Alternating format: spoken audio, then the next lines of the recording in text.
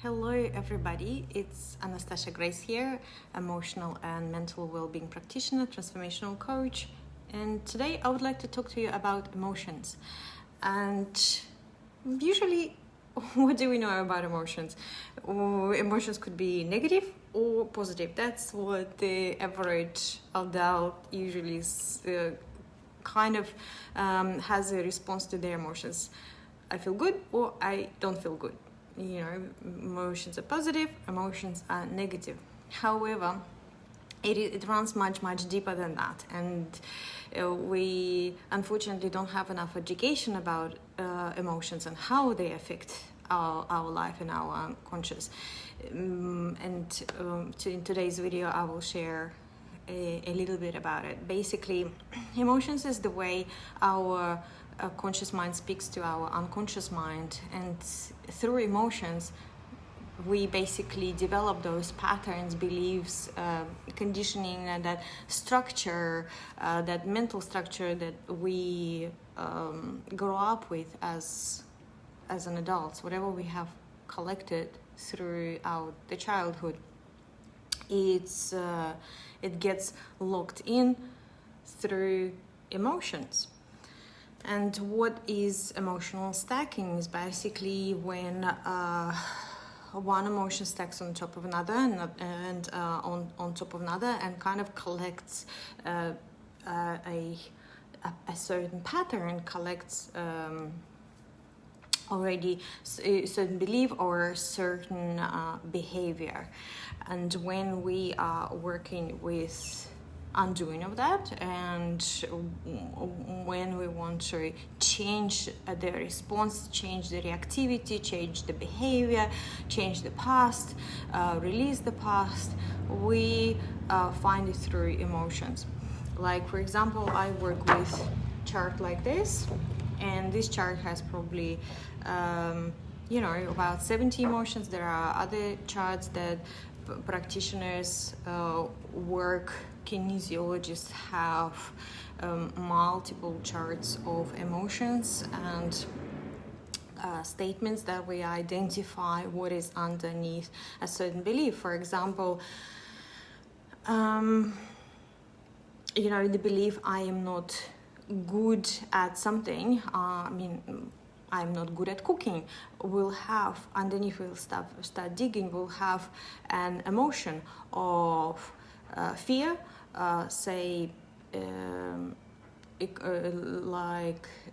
confidence, or confidence in this area, plus it might have some kind of negative emotion, for example, of fear or terror. When you were younger age and you tried cooking and it didn't happen, or you cooked, like how it was in my situation, I have carried this block. I don't like cooking for a very long time, because I very distinctly remember I was a young female. I got married, I was 21, and I just started kind of nesting. And hey, Natalie. So I'm talking about emotions and how emotions actually, like the stacking of emotions, and how they work together to create certain beliefs and certain resistances, certain conflict inside of us, or something that if we want to shift, right? So an example is I don't like cooking. So taking you back to the age 21, I just got married, young female, alpha male husband. I'm nesting, trying to make as a proper Russian wife, keep the household. I cook and I get criticized. Oh my God, that locked in I don't like cooking for the next 20 years in me, because it was disappointment, hurt, the emotion of being unsupported, emotion of being unaccepted, probably maybe even low self-esteem, and there would be like a stack of emotion on top of each other to categorize just one feeling of my heart is broken, or like I'm not appreciated, and hence I don't like cooking as a result of my behavior response, or what I consciously tell myself, but on unconscious level there is a stack of emotions. Usually people don't like processing emotions because, especially, uncomfortable ones, right? We like to feel good emotions and usually have this resistance and aversion towards unpleasant emotions. For example, I had a session with my client yesterday, and we were clearing joy, and we're clearing her aliveness. However, what was blocking it is unresolved grief that we have released and we work through. Today she called me and she said, I don't feel good, I feel grief, I feel terrible.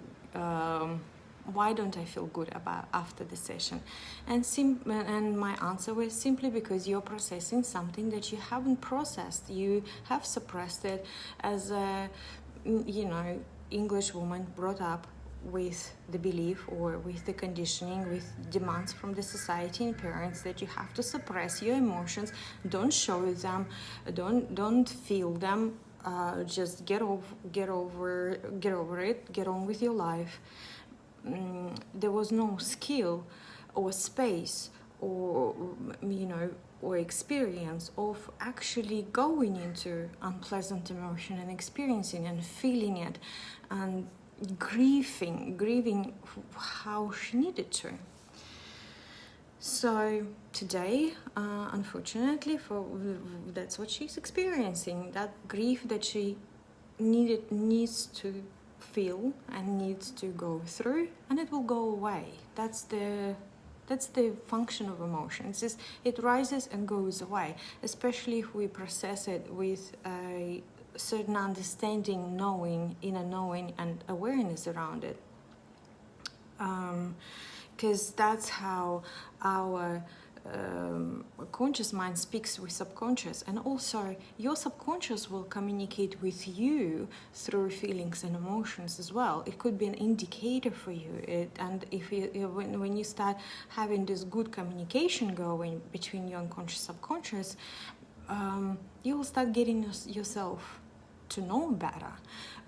Quite often people choose to suppress emotions or distract themselves, or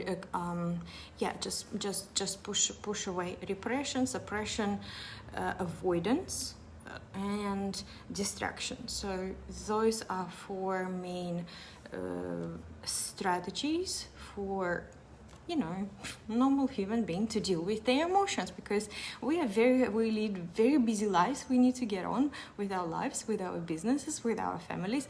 Who has time, right? However, for a healthy emotional and mental state, I would like to share with you 6 strategies for emotional regulation, to make sure that you process them in a healthy, in the most beneficial way for you, so they don't get stacked up, they don't get trapped, they don't get stuck, they don't get suppressed, because everything that gets suppressed eventually comes out. It will show up in your awareness, in your mental well-being or emotional well-being, sooner or later. Everything, if you haven't processed something at 20, you will eventually have a look like my client is almost 60, right? So that's her time to do that. If you learn to have a good relationship with your inner state earlier on, you don't have much to process later, or you wouldn't have to grieve what has happened that you haven't grieved. So anyway, moving on to 6 regulation skills. So skill number 1 is self-awareness, being aware of what you are feeling right now. and giving yourself time to actually ask yourself, what is it? What is this feeling? Naming it, and being okay with it. Being okay no matter if it's good or bad. What is it? How I feel? Am I feeling hopeless? Am I feeling vulnerable? Am I feeling ashamed? And I'm feeling anxious? Am I feeling useless? Am I feeling, not at ease? Am I feeling not confident? Whatever it is, do I feel unsafe? Whatever it is, allowing yourself to name it.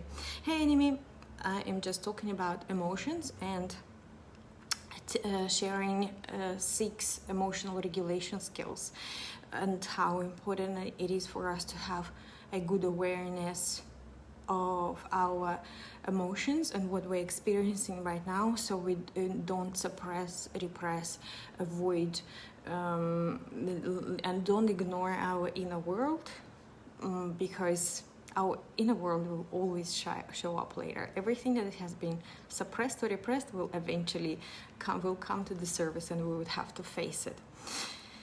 Second, so the first one was self-awareness. Second one is mindful awareness, is exploring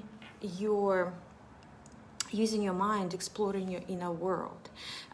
It's being aware of your character, your personality types, which you have multiple in you.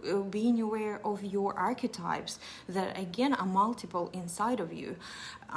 Being aware of your states and the moods. So you have certain internal infrastructure, which is not, this is outside, is probably what? 5% of what's going on who we are and what's going on the outside, on the inside. So being mindful of it. Number 3, cognitive reappraisal. So changing the way we think. Such therapies like CBT, cognitive-behavioural therapy, or like anger management,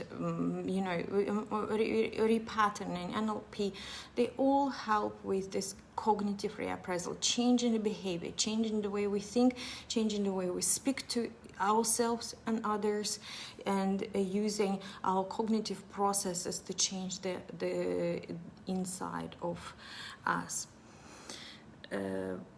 Number 4, adaptability. So adapting to the environment, adapting to your responses to the environment, and finding certain strategies to cope with external environment. Say, your work is not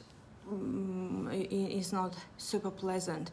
You use your adaptability skills to cope with this situation, so you don't have to suppress your emotions or on the opposite overreact, or cry or blow out or get angry.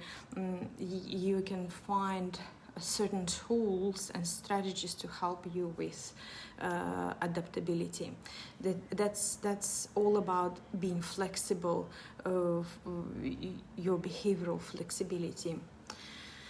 Number 5 is self-compassion, being compassionate to yourself, not judging yourself. If your response to your behavior, to your thoughts, is beating yourself up, you can only do more harm. You can only traumatize yourself more by that behavior. We actually, we traumatize ourselves more than environment could ever traumatize ourselves, with the thinking, with the freaking ourselves out, with kind of positive, negative projections into the future. And usually a person is the biggest judge of themselves. How many times I have heard my clients say, and some of my clients are international world-renowned models and working on runways, is coming and coming into the room full of people feeling self-conscious because they're judging themselves. No one's judging them, they're judging themselves. So self-compassion is definitely a way to heal, and it's number one. The second step would be forgiveness of self. So any of the self-caring strategies like positive affirmations, supportive words to yourself, meditations, journaling, any act of self-care will start healing your emotions and will start releasing whatever you need to release. And number 6 is emotional support. You can always ask for help. You can always ask for support. Therapists, counselors, coaches, friends, networking groups, support groups, women's circles, men's circles. It's all there. It's all available. There's no ever need to go through any of the struggles or worries by yourself, or any insecurities by yourself. You can always share in truth. Humans are going through exactly the same. You'll be surprised how many people, when they share themselves, speak exactly of the same problem. I want to be liked. I want to be accepted. I don't want to be criticized or somehow judged, somehow told bad things. But whatever there is, if I am a regular participant in a group event, in circles, and work with clients, and really as humans we go through exactly the same problem and struggles.